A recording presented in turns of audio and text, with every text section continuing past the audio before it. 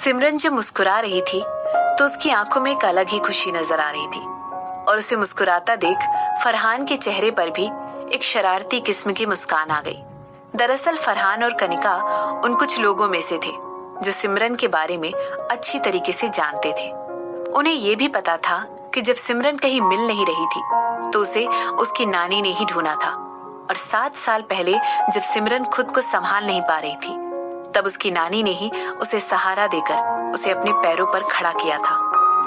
कनिका की तरह ही फरहान के मन में भी कपूर खानदान के लिए कोई अच्छी फीलिंग्स नहीं थी। कनिका और फरहान दोनों ही उन लोगों से बेहद चिढ़ते थे जो लोग सिमरन को जरा सी भी चोट पहुंचाने की कोशिश करते थे। इसीलिए फरहान ने मिसेस कपूर के आते ही सिमरन से कहा, ठीक है, अब क्योंकि वो यहाँ आ ही गई है तो तुम अंदर जाकर मेरे सीक्रेट रूम में बैठो।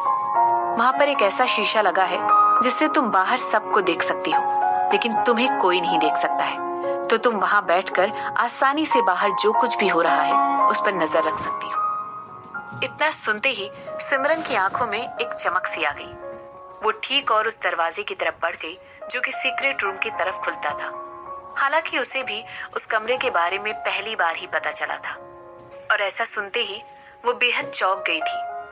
लेकिन उसे नहीं पता था कि इस कमरे की वजह से वो बिना किसी की नजरों में आए रिद्धिमा पर इतनी आसानी से नजर रख सकती थी। इतना सरप्राइज होने के बावजूद भी सिमरन ने इस रूम के बारे में फरहान से कोई सवाल नहीं किया।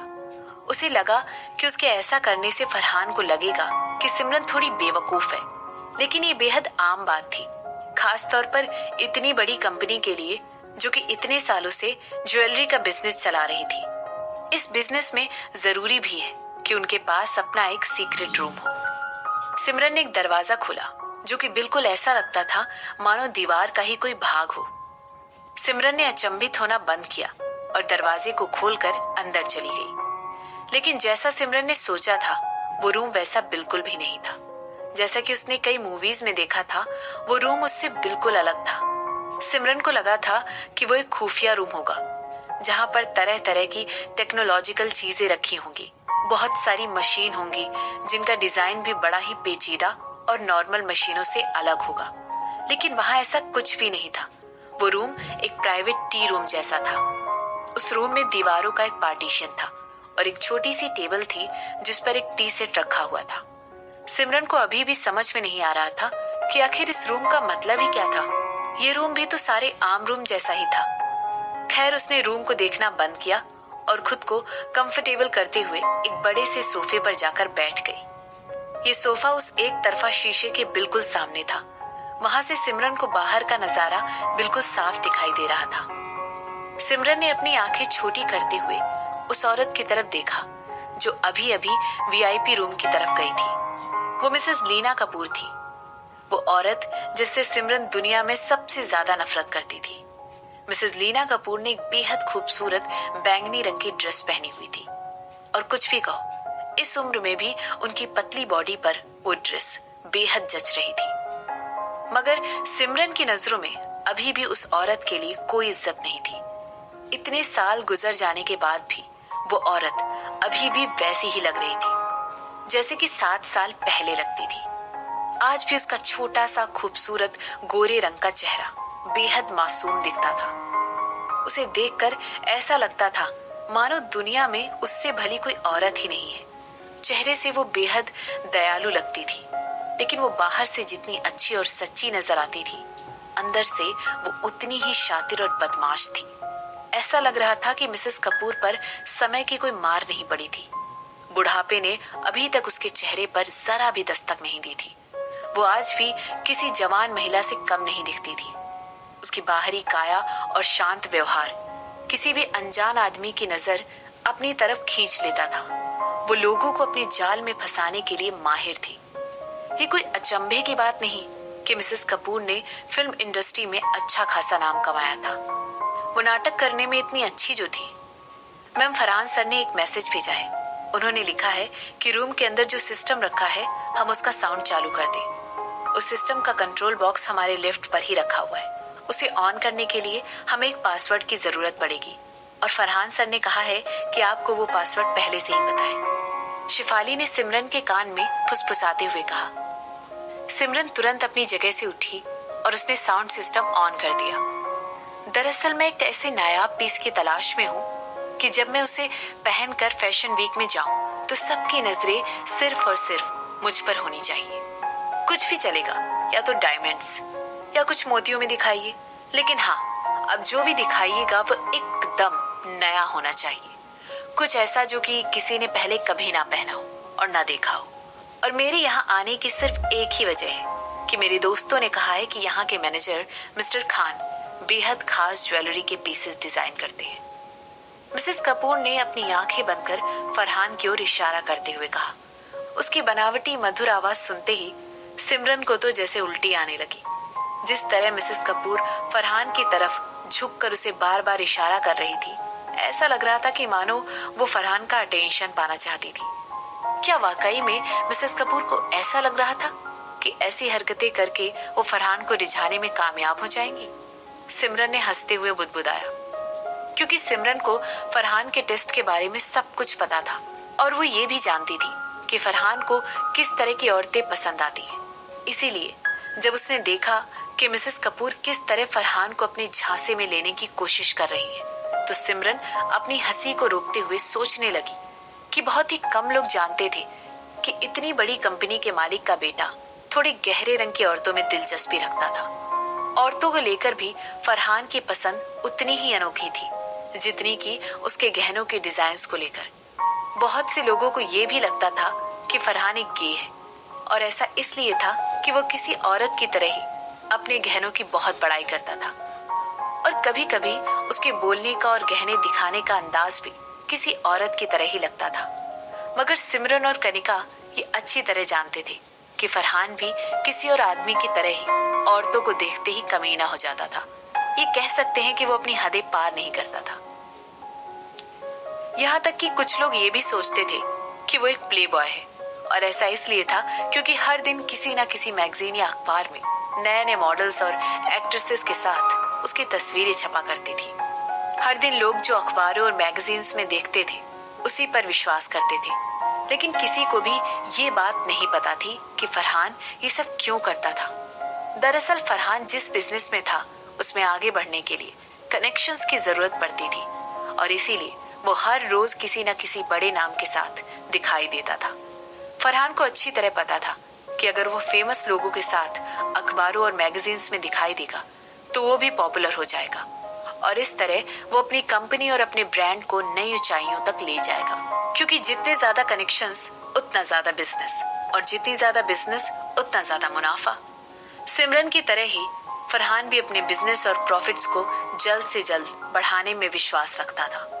फरहान दिखने में भी बेहद आकर्षक आदमी था। उसका हिंदी और उर्दू को यूज करने का तरीका लड़कियों को बेहद पसंद आता था। कई बार तो औरतें ये भी कहती थी कि भले ही फरहान के हाव भाव कई बार औरतों से मेल खाते थे, लेकिन वो ये भी अच्छी तरह जानती थी कि फरहान जैसा हैंडसम एलिजिबल कुंवारा लड़का पूरे शहर में कहीं नहीं था। सिमरन कमरे में ही बैठकर फरहान और मिसेस कपूर की बातचीत सुनने लगी। फरहान मिसेस कपूर को अपने डिजाइन किए गए कुछ गहने दिखाने लगा। गहने देखते देखते बीच बीच में उनकी अनोखी खूबसूरती देखकर मिसेस कपूर की आंखें बाहर आ जाती थी और वो फरहान की ओर देखने लगती थी। कितना खूबसूरत नेकलेस है, ये कितने का है? मिसेस कपूर ने उत्सुकता से फरहान की ओर देखते हुए पूछा। अरे वो छोड़िए, ये देखिए, इसके बारे में आपका क्या कहना है? और इस वाले के बारे में? फरहान ने अपनी पूरी दुकान खोलते हुए मिसेस कपूर के सामने रख दी और उनसे उनकी राय पूछने लगा।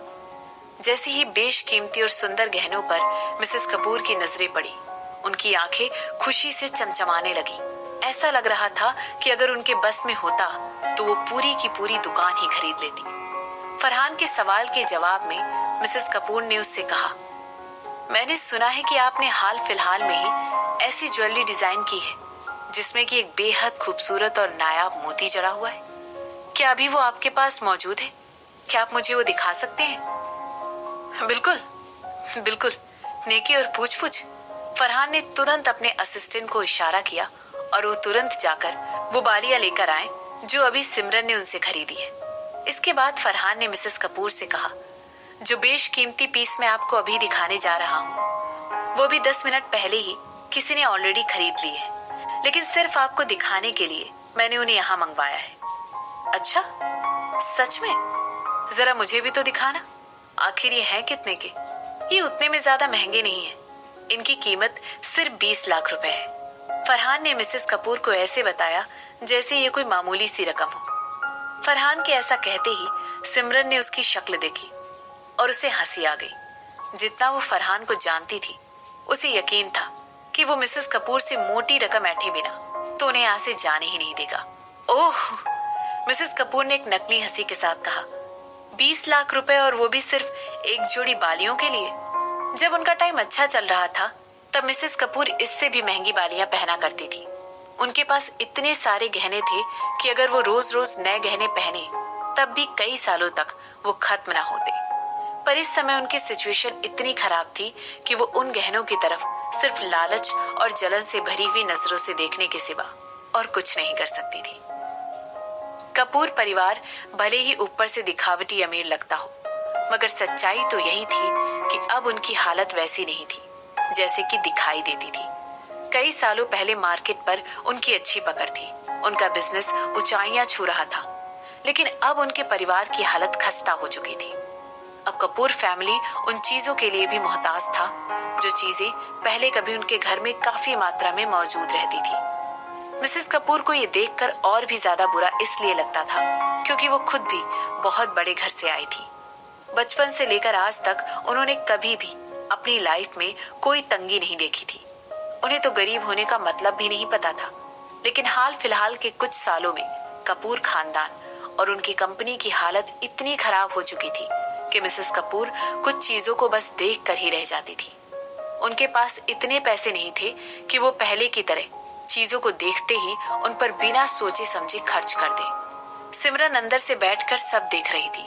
उसे पता था कि मिसेस कपूर का बस चलता तो पूरी दुकान को अपनी जेब में रख लेती, लेकिन पैसों की कमी की वजह से आज मामूली से गहनों को देखकर भी वो अपना मुंह फेरने के अलावा और कुछ कर भी नहीं सकती थी। जो कान की बालियां सिमरन ने अपने लिए खरीदी थी वो उसकी नजरों में इतनी महंगी नहीं थी, लेकिन कुछ लोगों के लिए उन बालियों की कीमत उनकी औकात से बाहर थी।